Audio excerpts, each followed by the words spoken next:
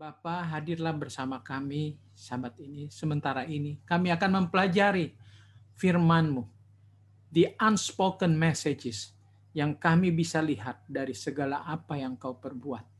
Bapa, kiranya berkati biarlah semua setelah perbaktian ini boleh lebih mengenal-Mu dan lebih percaya, lebih bersandar mengandalkan Engkau dalam kehidupan kami. Dan tentunya kami rindu semua untuk boleh berkumpul, bertemu muka dengan Engkau pada saat kedatangan-Mu yang kedua kali. Terima kasih Bapak. Amin. Selamat datang kepada semua yang sudah hadir sekarang ini bersama kita. Tentunya ini selalu menjadi bagian dari doa saya.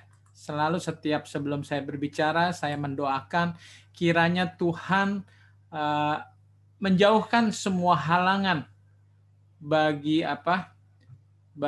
kita yang mau hadir untuk mendengar akan firman Tuhan yang begitu berharga buat kita semua.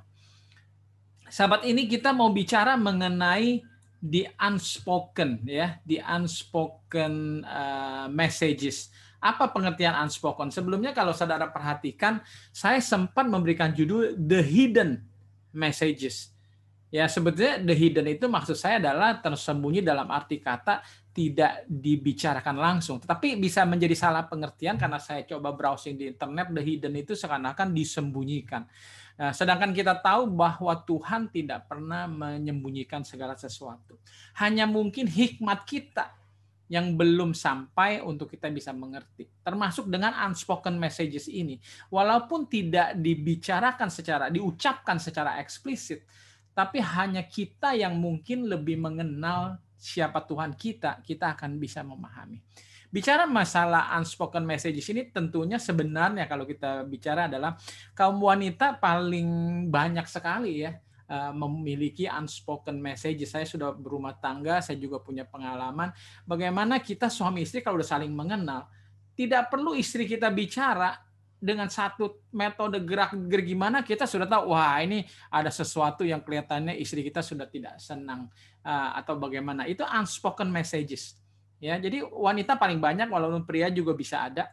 Tapi anehnya juga wanita sebenarnya tidak menyukai unspoken messages, saudara. Jadi kalau jadi suami, jangan saudara cuma memberikan unspoken messages, kan saya sudah begini-begini, kamu udah tahu lah saya sayang kamu. Oh, nggak bisa. Kalau wanita itu ingin mendengar, ingin spoken out loud, bahwa oh kamu cantik, oh saya sayang kamu, begitu kenyataan ya. Ini sedikit intermezzo. Jadi bicara unspoken messages ini maksud saya adalah memang message ini terselubung dan tidak disampaikan secara eksplisit. Tapi di situ kita bisa mengambil kesimpulan dan kita bisa mengerti ya. Contohnya aja sebagai contoh, saudara ingat peristiwanya Ayub pada waktu setan mendapatkan izin dari Tuhan untuk boleh melakukan apapun kecuali nyawa Ayub. Saudara perhatikan berapa lama kira-kira setan menggunakan kesempatan izin itu untuk merusak kehidupan Ayub. Tidak berbulan-bulan, saudara. 1 hari, 1 jam, sebentar, berat semuanya habis. Anaknya, semua ternaknya. Jadi saudara, dari sini unspoken message kalau kita lihat dari setan. Setan itu betul-betul ganas dan sangat-sangat rindu atau sangat-sangat berkeinginan untuk menghancurkan hidup saya dan saudara. Jadi hanya karena Tuhan saja yang masih memegang kendali sehingga kita masih terlindung sampai pada saat ini. Tapi sebetulnya kalau kita lihat setan itu adalah betul-betul perusak.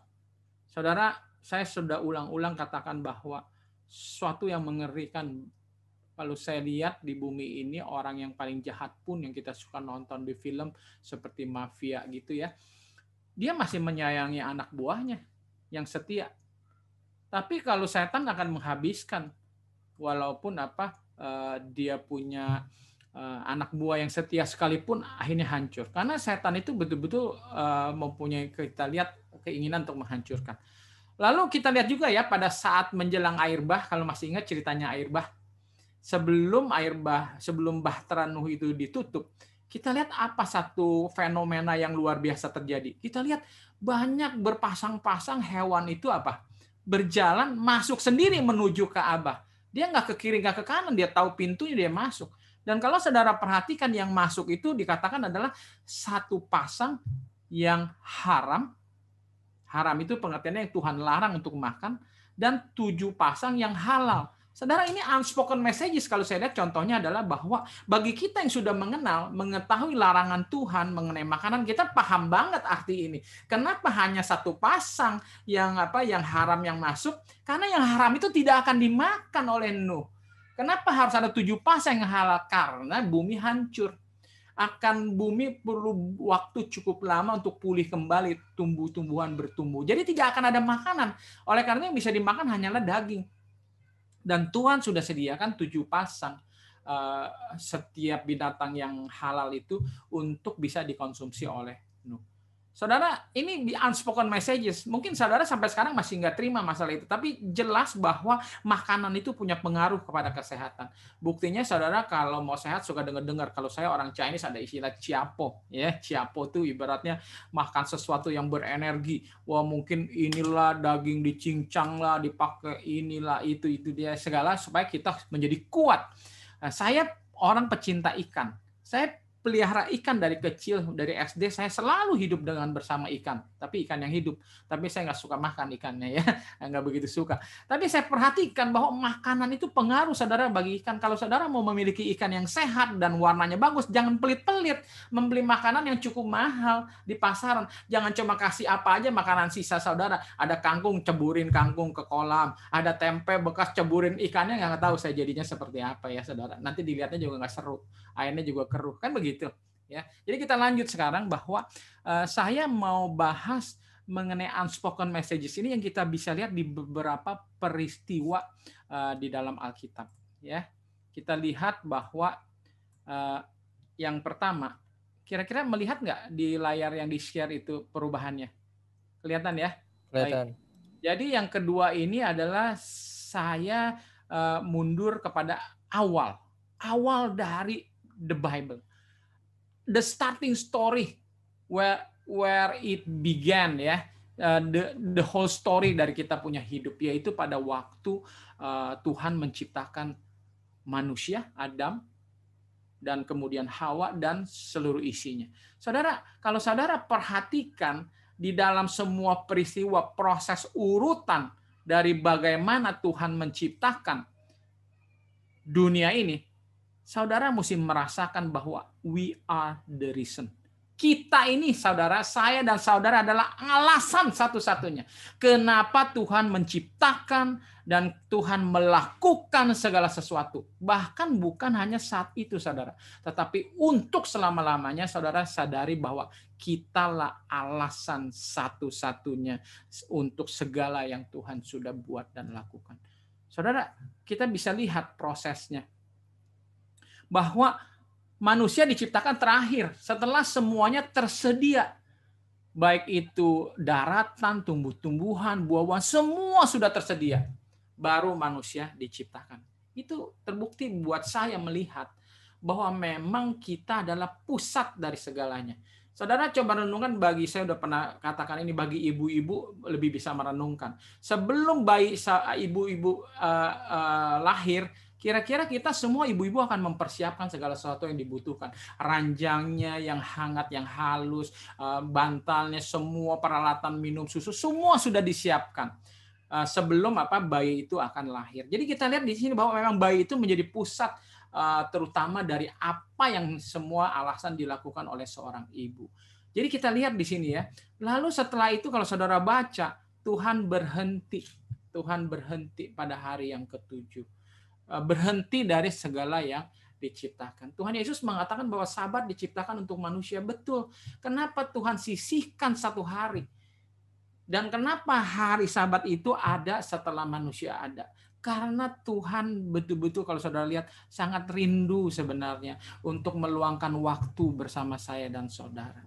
Coba bayangkan kalau orang tua saudara atau bayangkan kekasih saudara ingin meluangkan waktu dengan saudara. Lalu bagaimana sikap saudara? Apakah saudara akan menyediakan waktu itu sambil melakukan ini, sambil begini, atau juga waktu itu dikurang-kurangin, sebagian waktu untuk pergi, sebagian waktu baru untuk kekasih saudara? Saya rasa tidak demikian. Kalau the quality of time that kita mau berikan kepada seseorang yang kita kasih, tentunya apa? Kita akan kasih the whole day, but even more. Nggak tahu ya saudara yang pernah jatuh cinta ya, ngaku aja ya. Kalau saya udah sering jatuh cinta tiap hari sampai hari ini kepada istri saya, pada wanita yang sama saya selalu jatuh cinta setiap hari dan selalu ingin apa? Kalau bisa satu hari itu jangan 24 hours, kalau bisa jangan ada malam, kalau bisa kita selalu bisa bersama-sama, tidak ada halangan. Kemanapun saya pergi, saya mau ada dia, kan begitu. Ya, jadi inilah pelajaran the unspoken messages yang luar biasa, saudara. Baru dari awal aja the Bible, kita nggak usah cerita panjang lebar ke belakang. We are the reason, the only reason. Kita sangat spesial bagi Tuhan. Semua ada ini karena saya dan saudara. Ya. Lalu kita lihat yang berikutnya. Kita melihat kepada pengalaman keluarnya bangsa Israel dari Mesir. Saudara tentunya ingat cerita ini, ya. Tapi ada satu cerita yang unik, saudara. Kalau kita lihat, saya nggak kasih lihat petanya di sini. Sebetulnya perjalanan bangsa Israel keluar dari Mesir itu banyak alternatif, saudara. Tapi somehow Tuhan menuntun Musa untuk membawa bangsa Israel ini ke jalan yang buntu, saudara. Di depan laut, di kiri kanan gunung, di belakangnya ada tentara Firaun dengan kereta kuda dan pasukannya yang mengerikan. Coba saudara bayangkan. Seorang jenderal perang, ahli perang sampai kapanpun sekarang akan bilang, mengatakan Tuhan itu sangat-sangat teramat bodoh. Kenapa menuntun bangsa Israel ke jalan yang buntu? Itu namanya cari celaka, saudara. Itu namanya bunuh diri. Makanya kita maklumkan kalau umat Israel mengatakan, apakah engkau mau kami mati di sini? Lebih baik kami mati di Mesir dengan mati kenyang, dengan semua makanan minuman madu, saudara. Ya, tapi saudara tahu what is the unspoken messages buat kita sekarang ini? Karena Tuhan tahu sampai sekarang saya dan saudara seringkali meragukan akan kasih setia Tuhan, akan kuasa Tuhan. Kita sering meragukan itu. Oleh karena unspoken messages dari peristiwa ini, Tuhan mau tunjukkan bahwa nothing is impossible. What God can do all the time. Not sometimes, not several times, tapi all the time. Saudara harus camkan unspoken messages itu. Bahwa Tuhan tiada kata akhir, tiada batas. Saudara ingat juga kenapa Lazarus dibiarkan sudah mati beberapa hari. Itu juga salah satu unspoken messages yang mau disampaikan kepada umat Tuhan pada zaman itu. Bahwa tidak ada kata akhir bagi Tuhan. Tidak ada kata terlambat bagi Tuhan. Ya saudara, mungkin kalau saudara bisa dengar, saudara bisa aminkan ini. Jadi ini satu luar biasa, ya.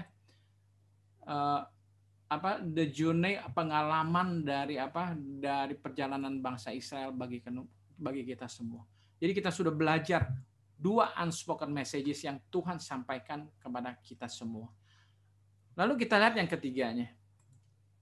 Pertanyaan yang ketiga adalah kita lihat dari kehidupan Tuhan Yesus mulai dari lahir sampai dia mati di kayu salib. Saudara kalau perhatikan, ya, pada waktu lahir di mana, saudara? Tidak ada persiapan.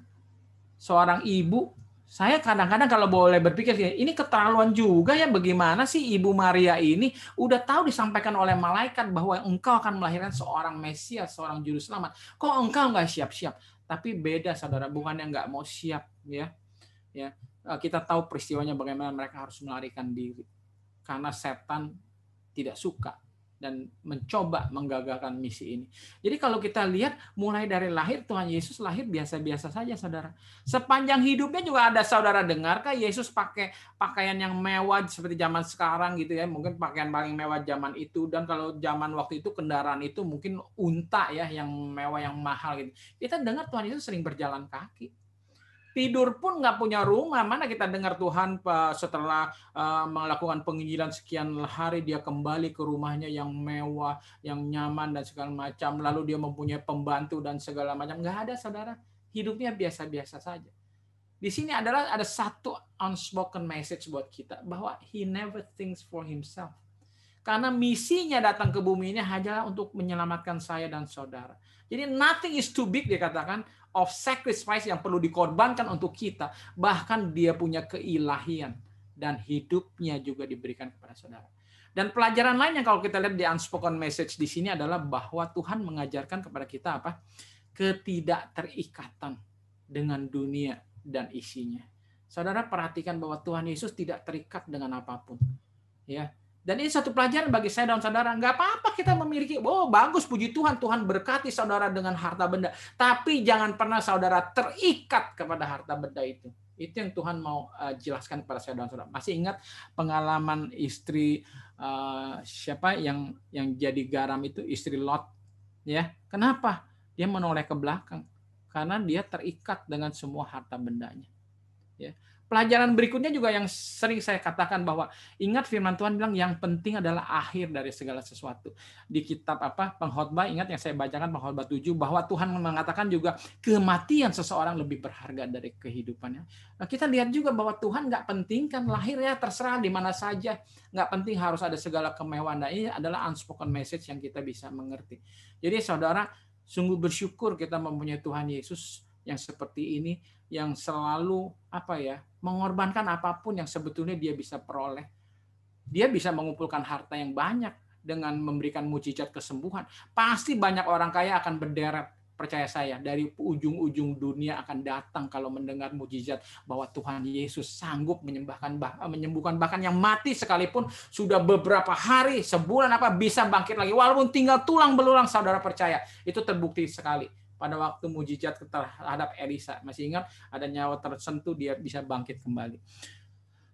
Lalu apa lagi pelajaran yang kita bisa lihat berikutnya di unspoken message? Nah, ini mungkin saudara masih ingat ya, bagaimana di dalam Alkitab tercatat 2 kali Tuhan Yesus memberikan makan kepada banyak orang. Yang pertama adalah kepada 5.000 orang, dan mayoritas yang datang adalah orang-orang Yahudi semua. Lalu yang kedua kali dia beri makan adalah 4.000 orang. Dan kebanyakan Gentiles, dikatakan bukan orang-orang Yahudi yang datang. Tapi bicara 5.000 dan 4.000 ini hanya bicara kaum pria, saudara, dikatakan belum termasuk wanita dan anak-anak. Jadi saudara pernah bertanya nggak, bahwa dari peristiwa yang pertama pada waktu 5.000 diberikan makan, ada tersisa berapa, saudara? Ada tersisa 12 bakul. Ya. Lalu kalau waktu memberikan yang 4.000 ada tersisa berapa? 7 bakul. Kira-kira apa? Apakah saudara harus yakini bahwa begini, tidak ada segala sesuatu yang terjadi secara kebetulan bagi Tuhan. Kalau saudara sudah berjalan bersama Tuhan, saudara jangan pernah merasa bahwa ini kebetulan. Semua itu ada campur tangan Tuhan. Kalau kita hidup dalam Tuhan. Begitupun kalau kita mengalami kesenangan, berkat ataupun kesusahan atau tantangan dalam hidup, itu tidak ada yang kebetulan. Ada Tuhan bersama saudara. Karena Tuhan mau melatih kita. Kita sudah banyak mengerti itu. Tapi kalau kita mau mengerti adalah kenapa tersedia 12 bakul dan 7 bakul. Apakah itu suatu kebetulan? Kebetulan pas 12 bakul. Tidak ada yang kebetulan, saudara. Kalau kita buka di Ulangan 7 ayat 1, kita baru bisa mengerti. Dikatakan, apabila Tuhan Allahmu telah membawa engkau ke dalam negeri kemana engkau masuk untuk mendudukinya, dan ia telah menghalau banyak bangsa dari depanmu, yakni orang Het, orang Girgasi, orang Amori, orang Kanaan, orang Feris, orang Hewi, dan orang Yebus. Disebutkan 7 bangsa yang lebih banyak dan lebih kuat daripadamu. Jadi kita bisa simpulkan di sini, saudara, bahwa 12 bakul itu melambangkan ke-12 suku dari umat Israel. Dan 7 bakul adalah 7 orang kafir, bangsa yang tinggal di antara orang-orang Yahudi. Lalu kira-kira message apa yang Tuhan berikan simbolis seperti ini? Tuhan menunjukkan kepeduliannya, bahwa Tuhan mengasihi sama. Tuhan itu kita sudah pernah bahas bahwa tidak ada sesuatu pun yang saudara bisa perbuat, baik itu yang baik untuk menambah kasihnya atau yang buruk untuk mengurangi kasihnya. Karena kasihnya itu sudah full, sempurna, selalu, setiap hari, setiap saat kepada saya dan saudara. Jadi di sini adalah the unspoken message. Tuhan Yesus katakan, I love all of you. Walaupun kamu yang belum mengenal aku sekalipun. Ya, saudara mungkin masih ingat kalau cerita yang Tuhan Yesus tidur di tengah badai di perahu, ya. Kayaknya sahabat lalu Richard ada singgung masalah itu. Betul nggak? Kenapa Tuhan sengaja tidur dan diam? Itu bukan kebetulan. Kebetulan Tuhan capek dan ngantuk. Saudara ingat, tidak ada yang kebetulan. Semua itu diatur secara teratur karena ada sesuatu maksud Tuhan. The unspoken messages. Apa unspoken messages-nya? Maksud begini, saudara. Tuhan Yesus tegur kepada murid-murid, kenapa engkau tidak percaya, di mana imanmu? Saudara, pesan kepada saudara dan saudara.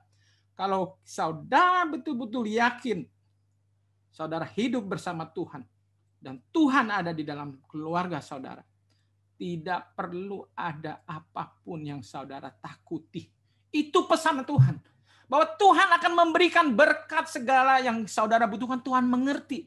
Itu message Tuhan ya. Tuhan kumpulkan 5.000 dan 4.000 saudara. Saya sudah pengalaman di dalam bisnis, kita suka berpikir gini, kalau budget itu terbatas di dalam adakan seminar, kita jangan adakan seminar termasuk dengan uang jam makan. Apalagi makan pagi, siang, dan malam itu akan mahal sekali. Kita akan berpikir, wah adakan aja di mana mereka akan pulang sebelum jam harus makan. Tapi Tuhan Yesus tidak lakukan itu. Tuhan lakukan pas jam makan. 5.000 orang saudara, 4.000 orang, belum termasuk wanita dan anak-anak. Itu bukan perkara gampang untuk kita bisa memenuhi. Tapi Tuhan tunjukkan the unspoken message di sini adalah bahwa Tuhan tidak hanya Tuhan yang memberikan instruksi, nasihat, segala macam, tapi Tuhan yang peduli kepada kebutuhan jasmani. Ini juga pesan kepada saya dan saudara. Kita jangan cuma sebagai anak-anak Tuhan itu cuma berdebat. Saya kadang-kadang sudah kurang suka berdebat doktrin. Wah, siapa benar Tuhan begini. Tapi kita tidak ada kasih saudara, kepedulian satu dengan yang lain untuk memenuhi kebutuhan jasmani. Jadi Tuhan tunjukkan kepada saya dan saudara bahwa itu satu paket. Kalau kita mau menolong dan mendoakan orang, kita pun harus mengulurkan tangan untuk memberikan bantuan. Itu yang Tuhan tunjukkan kepada kita di sini. Jadi kenapa juga saudara tahu akan perumpamaan anak yang hilang? Kalau saudara ingat ceritanya, kenapa di situ ada 2 anak ya? Kakak dan adik. Kenapa nggak 20 anak atau kenapa nggak 1 anak saja? Dan kita lihat dalam cerita itu anak yang hilang, adiknya dan ada kakaknya yang selalu stay membantu bapaknya di rumah, nggak kemana-mana. Lalu saudara perhatikan di dalam firman itu dikatakan apa? Kakaknya cemburu, nggak suka kalau adiknya pulang sudah habisin harta bapaknya, lalu masih bapaknya bikin pesta, berikan jubah yang bagus. Dia bilang, saya aja selama di sini bantu Bapak nggak pernah diperlakukan seperti itu. Ini saudara, ini juga satu unspoken message bagi saya. Apa maksudnya? Mungkin bagi kita sekarang yang sudah hidup bersama Tuhan, kalau belum merasa beruntung bahwa kita hidup bersama Tuhan, saudara dengar baik-baik di unspoken messages ini. Karena kita akan mengeluh. Malah kita komplain, malah kita bilang lebih enak ya orang bukan Kristen, lebih enak ya hidup tidak bersama Tuhan, tidak banyak beban. Berarti kita belum disadarkan. Saudara tahu juga kan peristiwa ilustrasi yang orang bekerja di kebun anggur, di mana orang yang bekerja lebih dari pagi dan bekerja sudah larut petang, sudah hampir selesai, upahnya sama. Saudara masih ingat cerita itu? Lalu pegawai-pegawai yang kerja dari pagi, dia bagaimana? Dia komplain, enak banget ya, baru kerja masuk sebentar sudah dapat upah yang sama. Itu sama dengan demikian. Orang mengatakan pencuri yang di samping kanan kayu salib Tuhan Yesus enak banget ya. Melakukan kejahatan mungkin seumur hidupnya, hanya beberapa saat menjelang kematiannya dia bertobat, dia selamat juga, hidup kekal seperti kita. Saudara, ini juga satu tempeleng buat saya dan saudara. Apakah saudara nggak merasa terberkati selama ini bersama Tuhan, saudara? Kita adalah orang yang terberkati, saudara. Jangan kita mengukur secara ukuran manusia. Jangan kita malah membandingkan, aduh kalau tahu begini lebih baik saya tidak ikut Tuhan. Saya bisa kaya, saya bisa berbisnis tanpa aturan main. Saya selalu ilustrasikan kita hidup dalam Tuhan itu seperti bermain bulu tangkis, lawan kita tidak ada banyak garisnya, tapi di lapangan sisi kita nggak ada garisnya. Jadi lawannya pukul kemana masuk terus, matilah kita. Kalau kita pukul harus masuk pada garis tertentu, sebenarnya tidak fair. Tapi saudara tidak demikian. Ini kembali message kepada saya dan saudara. Kalau saudara betul-betul merasa dan yakin hidup bersama Tuhan, saudara harus merasa paling beruntung. Kita harus bisa mengatakan kepada orang-orang di luar, kasihan kamu terlambat baru datang. Pekerja kebun anggur itu yang dari pagi, mesti dia katakan, aduh sayang kamu terlambat tidak kerja dari pagi. Kami menikmati begitu banyak sukacita bekerja bersama Tuhan. Amin, saudara.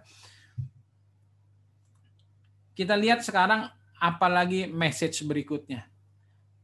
Menjelang pada waktu peristiwa Tuhan Yesus disalibkan, Tuhan Yesus itu dipingpong. Pergi di hadapan Pilatus. Pilatus lempar lagi ke Raja Herodes. Tapi ada satu peristiwa, saudara. Pada waktu Tuhan Yesus di hadapan Herodes, seperti tertulis di dalam Lukas 23 ayat 8, di slide saya tulis, dibilang apa? Pada waktu Herodes melihat Yesus, dia sangat senang. Greatly pleased, dikatakan itu sangat senang sekali. Kenapa? Karena udah begitu lama dia pengen sekali melihat Tuhan Yesus ini. Kenapa, saudara? Karena dia dengar tentang dia. Begitu banyak mujizat-mujizat, dikatakan ini sign, ya, tanda-tanda mujizat berbagai macam jenisnya yang sudah Tuhan Yesus lakukan. Sehingga disitulah dia minta kepada Tuhan Yesus supaya dia diyakinkan, karena dia tidak melihat dengan mata kepalanya sendiri, hanya dengar, tidak pernah melihat. Makanya dia minta kembali, Tuhan tolong dong tunjukkan, give me a sign to see. Tapi no miracle yang Tuhan Jesus did not give the sign that King Herod asked. Jadi apa message-nya bagi saya dan saudara? Saudara, pertama adalah we have to live by faith, not by sight. Jadi saudara jangan selalu apa-apa mau dibuktikan dulu. Malah bekerjanya iman Tuhan adalah saudara percaya dulu baru segalanya akan dibuktikan. Dan yang kedua kita pelajari adalah Tuhan tidak pernah menggunakan mujizat saudara untuk menobatkan seseorang. Tuhan tidak pernah menggunakan harta atau segala sesuatu untuk memenangkan hati seseorang. Saudara bisa lihat buktinya. Pada waktu Tuhan Yesus menyembuhkan siapa? Ke-10 orang kusta. Bukankah hanya satu yang kembali? Yang lainnya tidak kembali berterima kasih? Itu bukti, the unspoken message buat kita semua bahwa Tuhan tidak memang menggunakan miracle untuk menobatkan orang. That's just a gift because out of love, His love.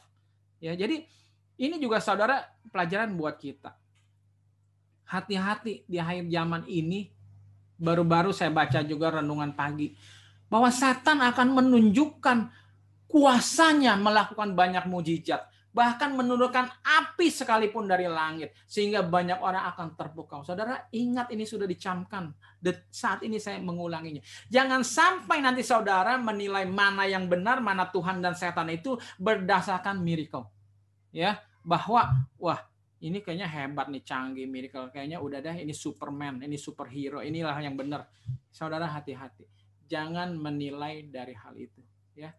Belum lagi saudara kita sudah pernah katakan bagaimana Tuhan Yesus tidak berdaya, dihina, diludahi, dianiaya pada waktu di kayu salib. Sehingga murid-muridnya semua kabur. Kenapa? Kembali lagi karena mengukur secara ukuran manusia. Saudara, justru satu miracle apabila saudara believe, satu mujizat. Saya selalu mensyukuri kepada Tuhan. Tuhan terima kasih. Saya bisa memiliki iman untuk boleh melihat dan percaya. Walaupun saya tidak melihat secara fisik bagaimana dulu Tuhan Yesus berbuat berbagai mujizat, tetapi saya percaya, saudara. Semoga saudara juga percaya akan hal itu. Lalu berikutnya, the unspoken messages ini adalah pada waktu Tuhan Yesus di kayu salib. Saudara, Tuhan Yesus di sini memang bukan orang yang pertama yang mati di kayu salib. Dikatakan dengan waktu yang diestimasi kurang lebih sudah ada 30.000 orang yang sebelum Tuhan Yesus sudah mati di kayu salib. Luar biasa memang metode penyiksaan yang diciptakan oleh setan melalui bangsa Roma.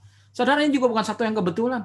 Setan menciptakan dikatakan alat penghukuman yang paling mengerikan, paling sakit. Saya nggak perlu mau coba, tapi saya percaya Kalau saudara cari di YouTube, dianalisa, kenapa ini lebih menyakitkan dari cuma ditusuk, digantung, dicambuk, dan hukuman lainnya. Dan itu bukan satu kebetulan. Karena setan sudah well prepared. Dia tahu akan datang seorang juru selamat bagi saya dan saudara. Dia sudah siapkan jenis hukuman yang sesulit dan seberatnya. Sehingga kalau bisa Tuhan Yesus jatuh. Tapi memang ini juga bukan yang terakhir. Bahwa setelah Yesus tidak ada lagi orang disalibkan.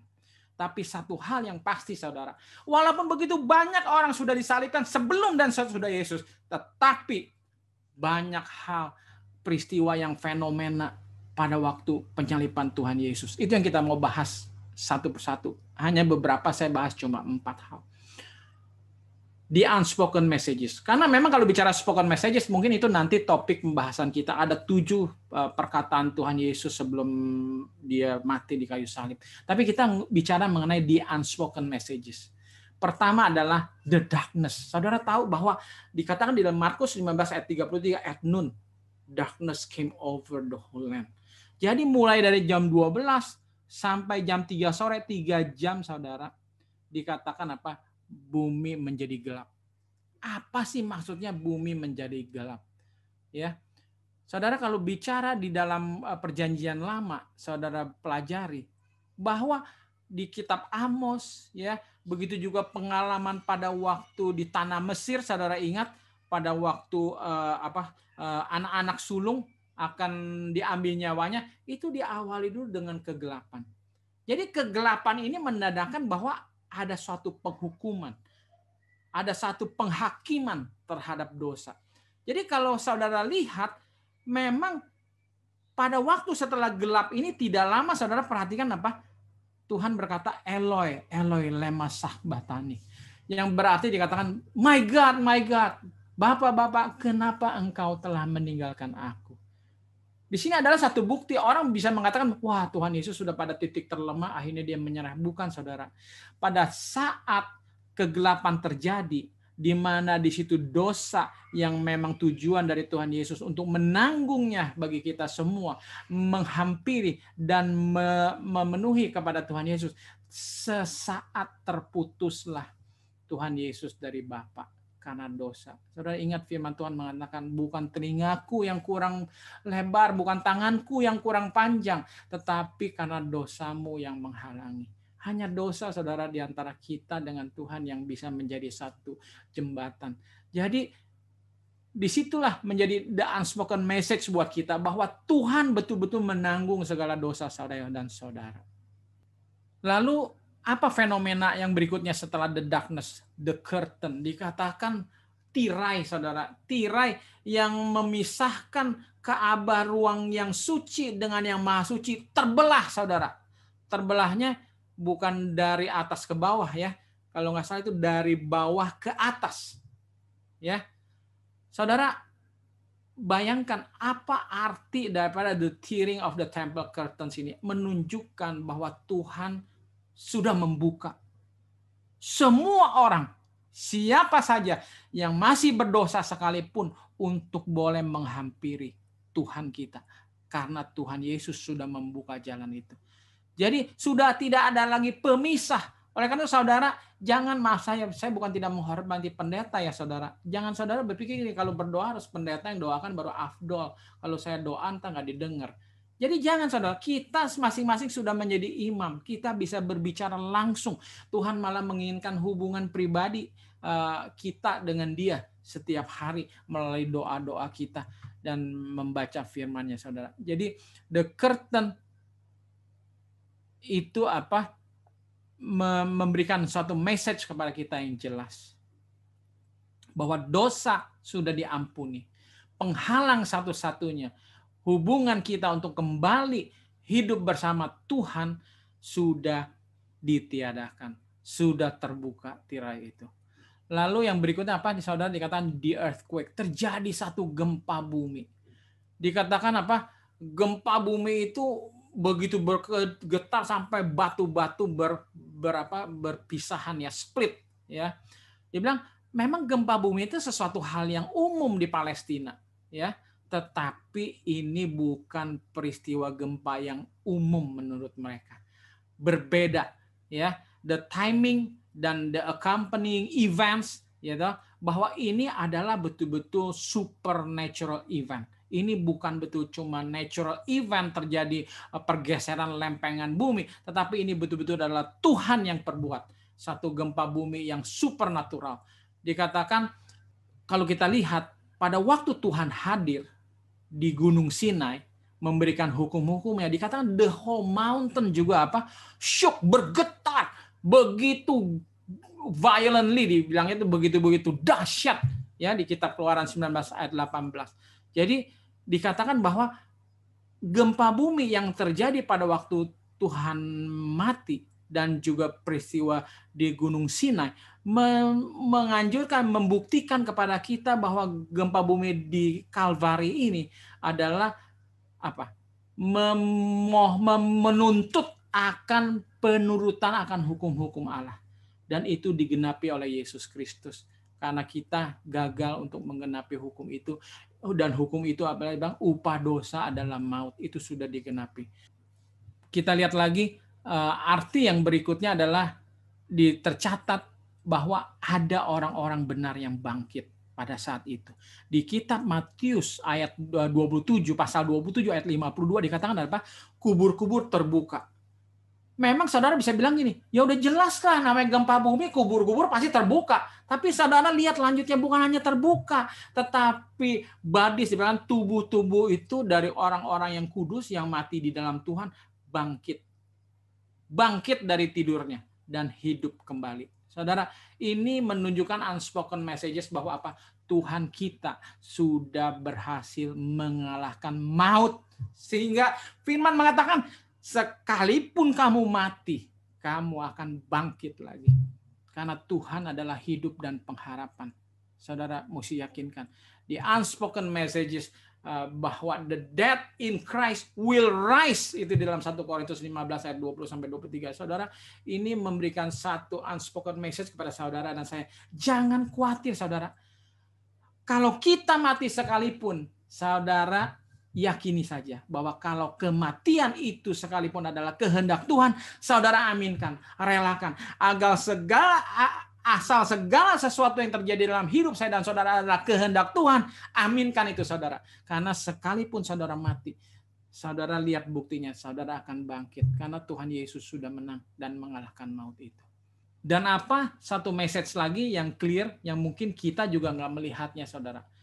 Tuhan Yesus dikatakan mati jam 3 sore. Setelah kegelapan tadi kan, 3 jam, sampai jam 3 kegelapan itu menandakan bahwa dosa sedang ditimpahkan kepada Yesus Kristus.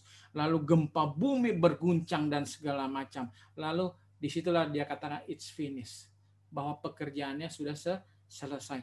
Dan Tuhan Yesus menghembuskan nafas. Jam 3 ya setelah itu. Saudara kenapa?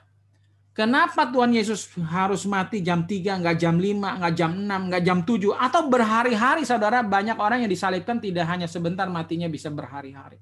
Lalu pertanyaannya, kenapa Tuhan Yesus harus bangkit di hari Minggu? Saudara baca di firman Tuhan bahwa Tuhan Yesus pagi-pagi benar Maria Magdalena pergi ke kubur hari pertama, yaitu hari Minggu.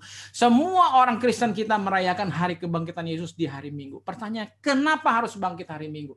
Saudara, there is an unspoken message buat kita. Seperti yang peristiwa pertama penciptaan dunia, bahwa hari Sabat adalah hari yang Tuhan sediakan untuk bersekutu dengan saya dan saudara. Di kitab Yehezkiel 12 ayat 12, saudara baca 12 dan 20, Tuhan bilang, kuduskanlah hari-hari Sabatku supaya orang mengetahui akulah Tuhan Allahmu.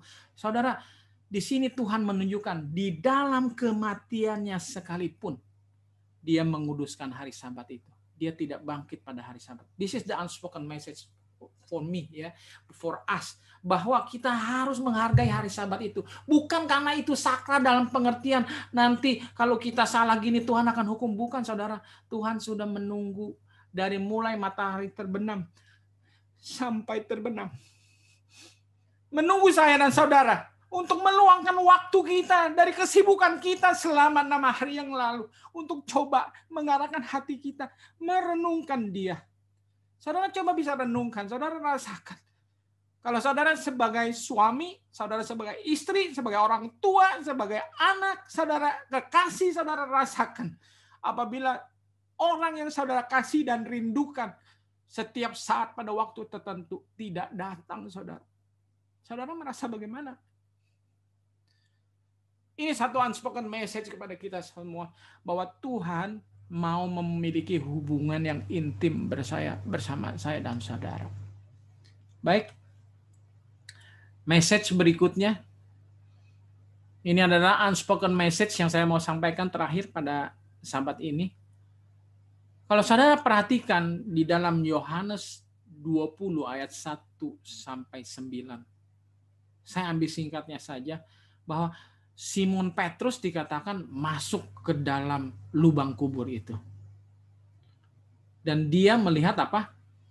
Ada kain-kain linen yang membungkus tubuh Kristus, ya, as well as the burial cloth that had been around Jesus' head. The cloth, katanya, kain-kain itu tidak jatuh berserakan begitu saja, saudara, tapi dikatakan dilipat. Saudara lihat gambar di slide ini, dilipat dengan rapi. Terpisah dari linen yang membalut tubuhnya itu, tapi yang menutupi wajah mukanya itu dilipat dengan rapi. Saudara, kita tidak akan mengerti apa kira-kira message Tuhan ya. Kok sempet-sempetnya sudah bangkit? Mungkin kalau saya dan saudara bangkit udah senang aja, udah nggak ingat apa-apa. Tuhan kok sempet-sempetnya bangkit, kita aja tidur setiap hari, bangun tidur kita ranjang nggak rapi kan, selimut segala macam, betul kan? Ini Tuhan Yesus bangkit kok bisa sempat-sempatnya dilipat. Saudara, kita tidak akan mengerti kalau kita bukan orang-orang Yahudi. Rupanya dikatakan tradisi bagi orang Yahudi, apabila seorang majikan sedang makan dan dia mau pergi tapi mau kembali lagi nanti makan, dia akan lipat itu napkin yang dipakai, dilipat, ditaruh di meja. Itu sebagai message kepada si pelayan, jangan benahi dulu ini meja dan piring ya, karena aku akan balik lagi dan makan. Jadi bagi orang Yahudi, bagi Petrus dan murid-muridnya, bagi Maryam Magdalena, semua harus menyadari apa unspoken message yang Tuhan Yesus mau sampaikan kepada mereka. You have to believe I will return. Itu saudara unspoken message-nya, bahwa Tuhan akan bangkit kembali.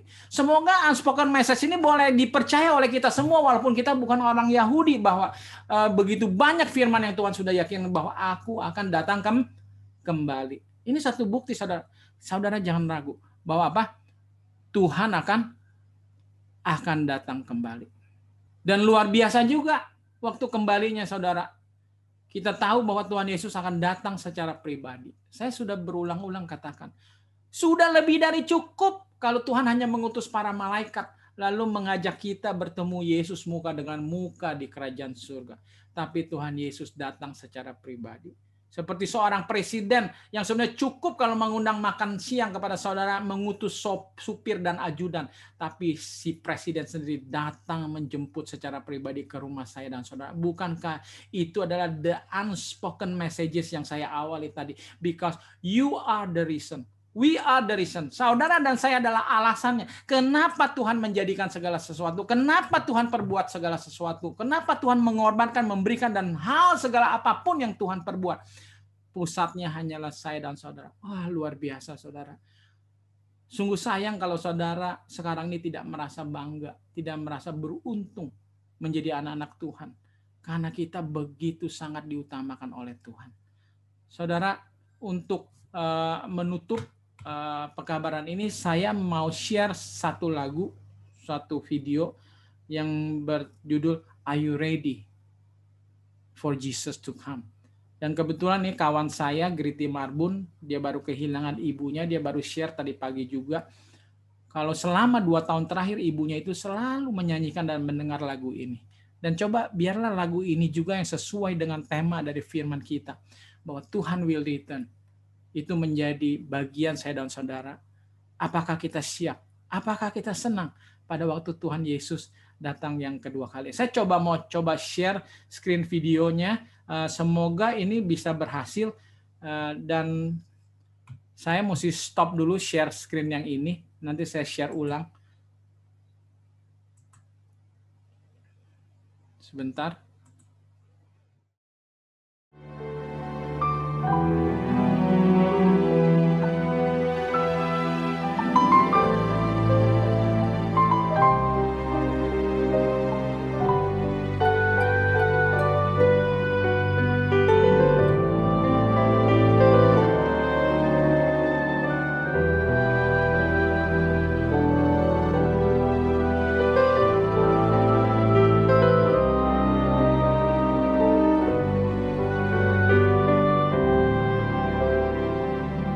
The theme of the Bible is Jesus and how He died to save man. The plan of salvation assures us He's coming back again. Are you ready for Jesus to come? Are you faithful in all that you do? Have you fought a good fight? Have you stood for the right? Have others seen Jesus in you? Are you ready to stand in your place? Are you ready to look in His face? Can you look up and say, "This is my Lord"? Are you ready for Jesus to come?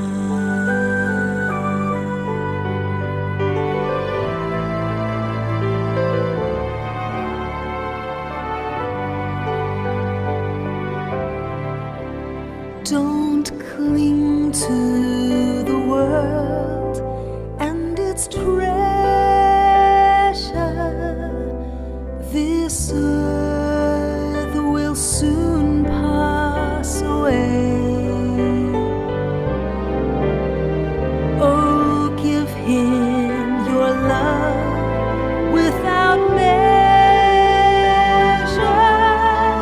He's calling you today. Are you ready for Jesus to come? Are you faithful in all that you do? Have you fought a good fight?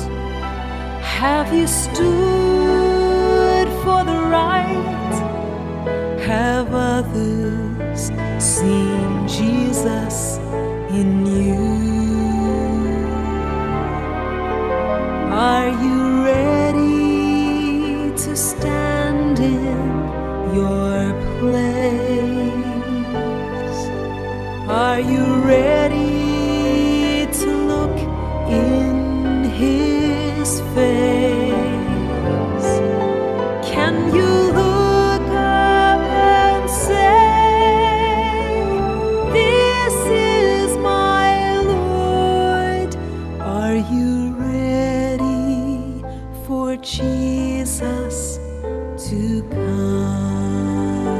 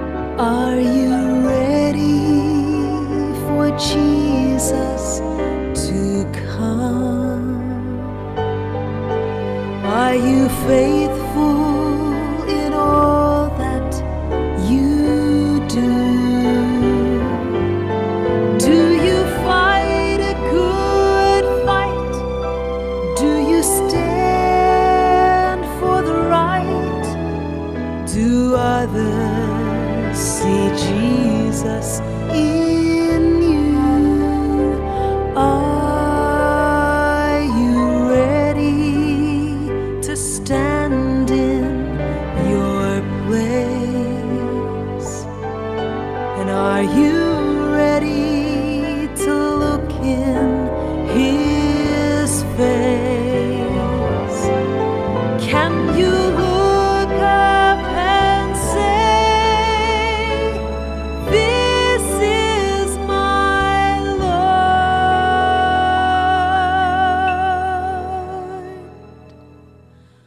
Are you ready for Jesus? Are you ready for Jesus? Are you ready for Jesus to